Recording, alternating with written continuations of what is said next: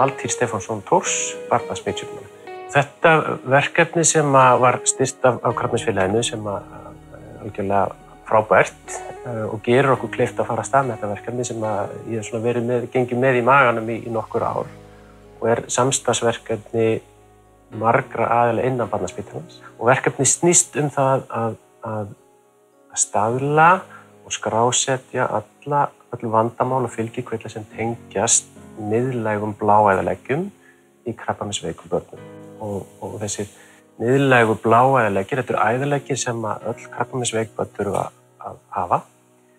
Í þessa æðaleggi er þetta að gefa krabbameinslyfin, þetta að gefa öll önnur lyf, sýklalyf og önnur lyf, að gefa blóðhluta og síðast en ekki síst þá er þetta að taka blóð úr börnunum því að það þarf mjög reglulega að taka blóðsýni úr börnunum.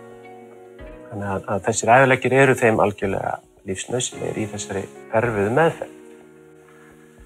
En þessir æðaleggir eru ekki alveg hættulausir því að það getur komið sýking í þessi æðaleggi, þeir geta stíflast, það getur komið blæðing frá þeim og þetta verkefni snýst það að staðla og reyna að koma í veg fyrir alla þessa fylgikvilla sem geta tengst æðaleggjum. Og þessi styrkur gerur okkur kleift að hanna forrit sem nákvæmlega og í rauntíma skrásetur öll þau mögulegu og ómögulegu smáatriði sem tengjast þessum æðaleggjum. Og samhliða þessu þá ætlum við að einbeita okkur að því að staðla þessa umönnun, hvernig nákvæmlega á starfsfólkið að bera sig að þegar umönnun þessara æðaleggja er.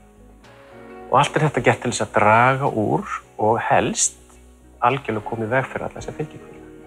Og við teljum að með þessu verkefni getum við fækkað þessum fylgikvillum sem þýðir færri dagar sem við þurfum að vera á spítala, færri dagar á sýklalyfjum, færri nýjar skurðaðgerðir þar sem nýjar æðaleggir eru settir í. Þannig að ég held að ef vel tekst til að þá mun þetta tilfinnilega bæta líðan barnanna.